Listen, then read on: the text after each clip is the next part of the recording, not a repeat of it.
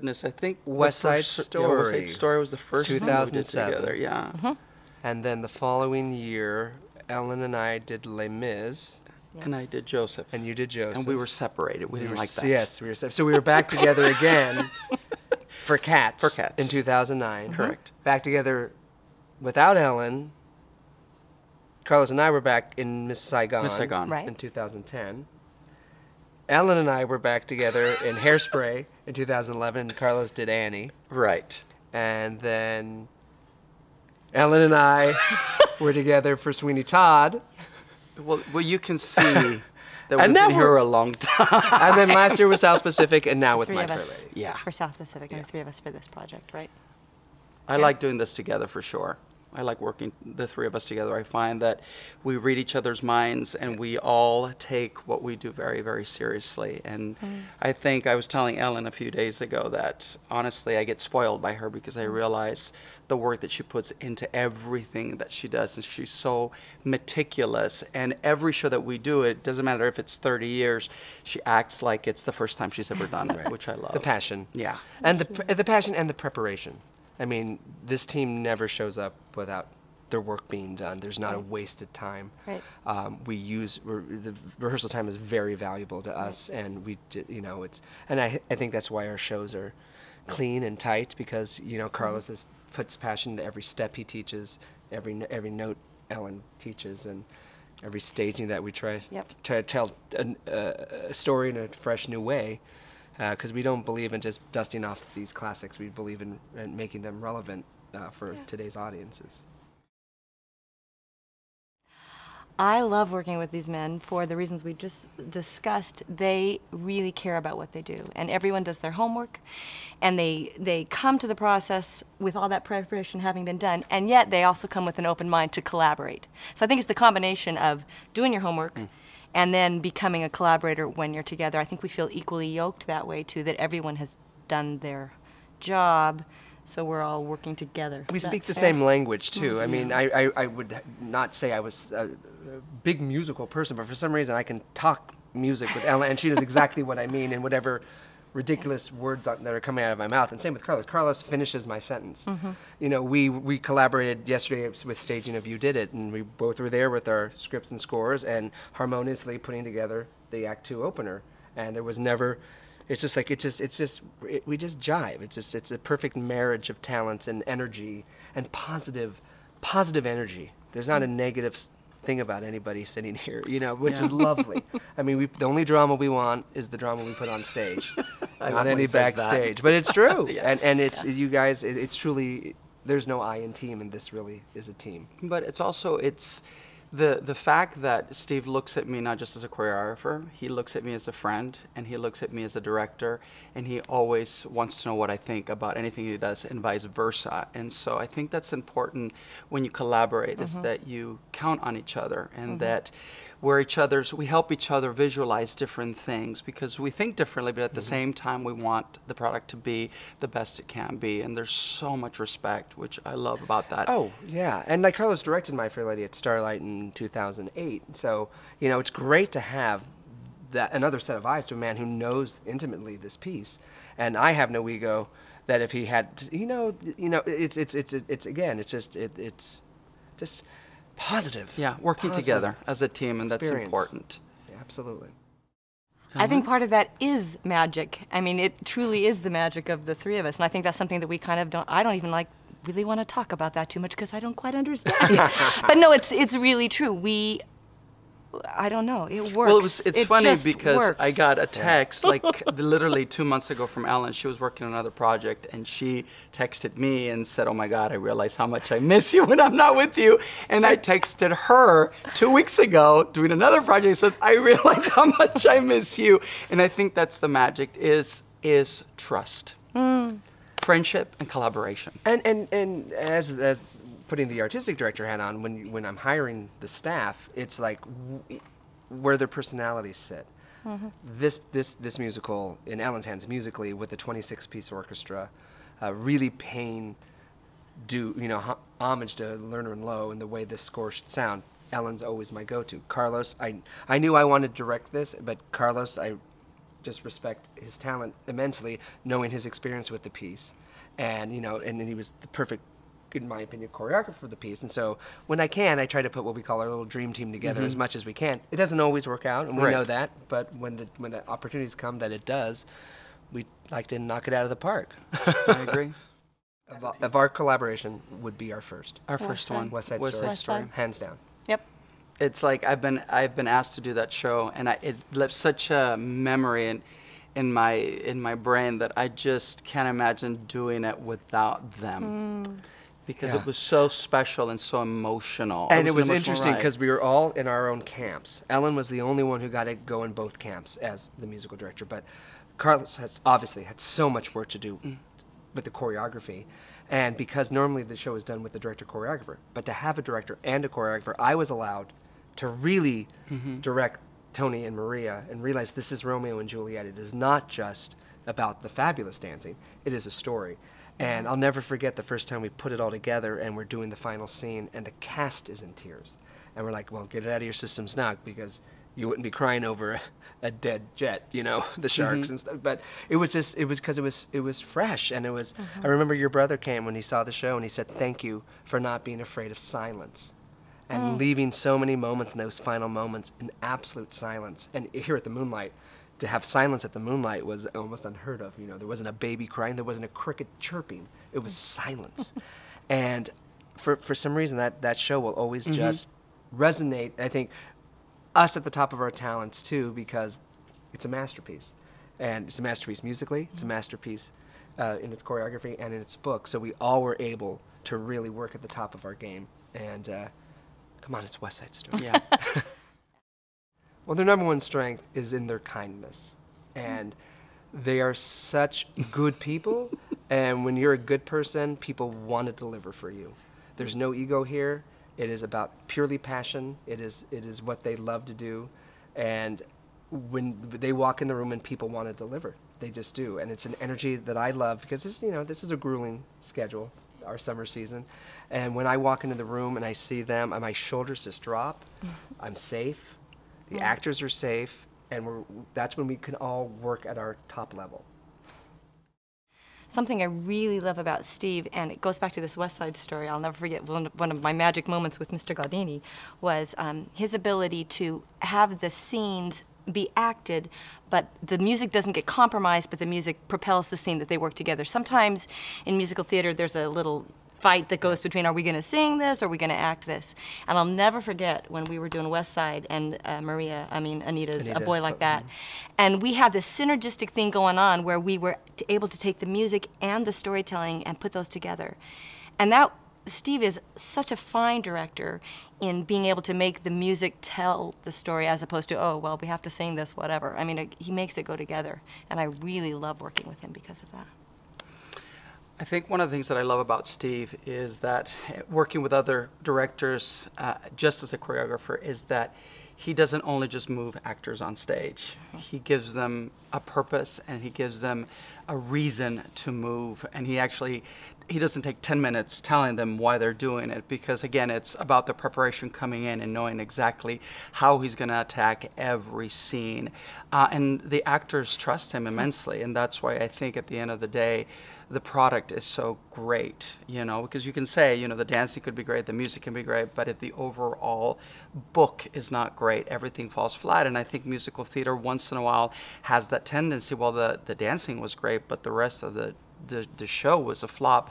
And I think he's got a way of being able to block and discuss scenes as they go. Because again, we don't have as much time as we'd like to. But I think if you prepare like he does, I think that's why at the end of the day, the product speaks for itself.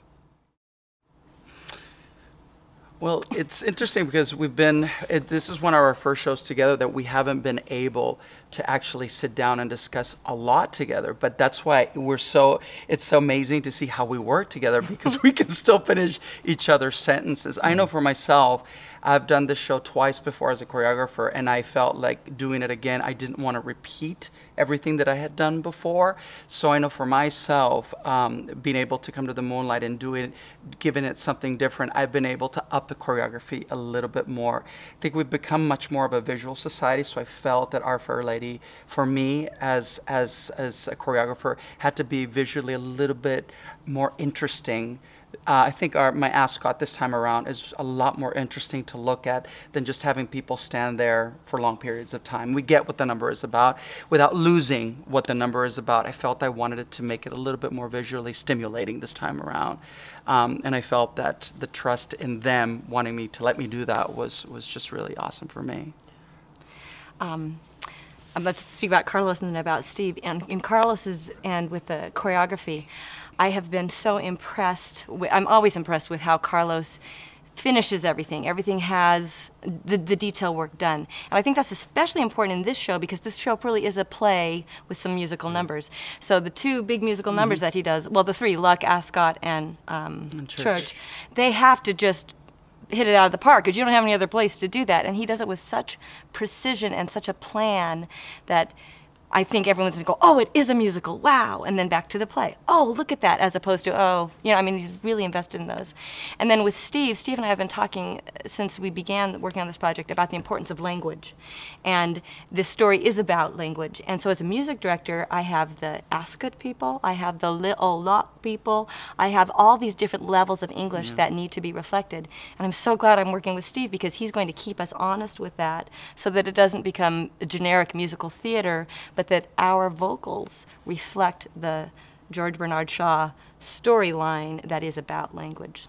So we're in good hands with these guys. Yeah, and our cast right now. I mean, I'm excited because our Doolittle can actually dance for the first time, and that's one of the things I'm the most excited about is to be able to actually see someone like Jimmy Torcellini take on Doolittle because I think it's going to be magical. And of course, Hillary, I can't say enough about her, you know. So I'm really excited about the cast that we've been able to put together. And to have an actor, I mean, Hank Stratton, you know, who's trained in England but had done musical theater, but it's been 15 years, and so this is kind of that perfect role because you need an actor first. Obviously, with Rex Harrison, they crafted the whole score around the few notes that he could sing, and because they knew that was the most important was the acting chops. So we really have lucked out, and of course Jim Chovik, who is a treasure, and Kathy Brombacher coming back to stage in 21 years here at the amphitheater. It's just really exciting, and it's nice that you don't feel like, oh God, the classic, right? You know, we've never treated classics like that. I think we treat it with the respect that they deserve, and if we didn't have the My Fair Lady. God, you got me emotional now. My God. You just took me way, way back. My goodness. Wow. Well, it's funny because when I moved to San Diego, you know, I barely spoke English, you know, and so I consistently have to remind myself that there are parts in our career where we don't feel like we've gotten to exactly where we want to get. But I have to remind myself where I started, you know, and I remember coming here to do West Side Story. I think part of the emotional closeness, besides working with these two, was just where I had started to where I was, and due to the fact that Kathy took such a chance on giving me that break that I so needed, you know, and I will forever be grateful to the Moonlight. They opened the door for me to be able to do what I am doing today, and I'll never ever forget that. So I definitely have an emotional attachment from way, way back, from my first audition in Gypsy, where I barely spoke English, to being the tango dancer in Evita, and then suddenly choreographing West Side Story at the Moonlight Stage Productions. And for me, it's still, there are days that I drive here and you just touched upon that emotional thing, because I forget until I'm asked, and then I'm taken way back to when I was 17 years old and where it all began and to where I am today. And I'm so grateful to the Moonlight, and of course to God for giving me this opportunity to be who I am today. My feelings are similar to Carlos' feelings. My first show was in 1982, and I was 19 years old. And Jim Cook called me. I was up at BYU at college, and he said, hey, we need a rehearsal pianist for our musical theater down here, this little fledgling Moonlight. And so I got the gig, and from that very first summer when I worked with Kathy Brombacher and Ken Gammy and Jim Cook, that passion that we're talking about that we feel here, I'll get emotional too, was in the seeds back then. And I was just this young kid who was a pretty good pianist. But I learned from all of these people, from Ken, from Jim, and then I went to school and went to grad school, and I kept growing, and Moonlight kept growing. And for me, it has been the blessing of my life to be able to have my life here and have artistic growth happen for Moonlight as it happened for me, and to be able to still feel with these gentlemen that love and passion that I felt way back in 1982. It's a treasure to be here. Think about it. 1982, I just moved here from Colombia. I didn't even speak English. Yeah. Well, it's crazy. I mean, because my tide obviously goes because I'm married to someone who was in the very first Moonlight show when she was a child. And, you know, when we started dating in 1992, I've seen every show since then. And my first, as an actor, when Kathy called and offered me Mr. Smee and Peter Pan in 1996. And then 3 years later, I became artistic director of Performance Riverside, and Kathy was my mentor, you know, because I basically sat behind that desk and said, now what? I mean, I don't even know how I got that job. And here I am, you know, 3 theaters later, coming full circle, coming home to Moonlight, to continue what everyone gets teary about. I mean, and for those of us who remember I mean, that we are sitting on a stage that has a roof and a fly loft, I mean, is unheard of. I mean, to direct Les Mis when people were hanging costumes in trees still in only 2008, and here we have this state-of-the-art facility. It's, you know, you got to remember your roots, and those of us who remember the old Moonlight and how far it's come and is going to continue, I hope, to go. It's pretty exciting, and it is very emotional. It's an emotional journey because everyone in their own way loves this place. It is a family. And you feel like your family here, and everyone's always joyous to return home. And we're just really lucky. We are really, really lucky. Well, it's honesty. You have to be grounded in honesty and reality. And I know musical theater gets the bum rap because, oh, that's a musical, you're not really actors. No, there's a story to tell, and there's this honest, sincere story to tell in whatever you do. Even in Mary Poppins, we're doing it right now. Here's this magical nanny.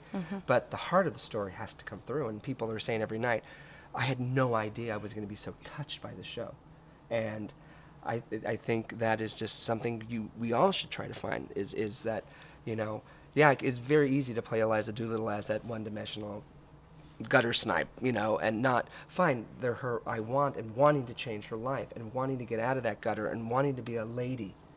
And what starts as a bet becomes this emotional journey for this man and woman, and so the man who says he's a confirmed old bachelor and like to remain so, that this woman has melted him and has changed him.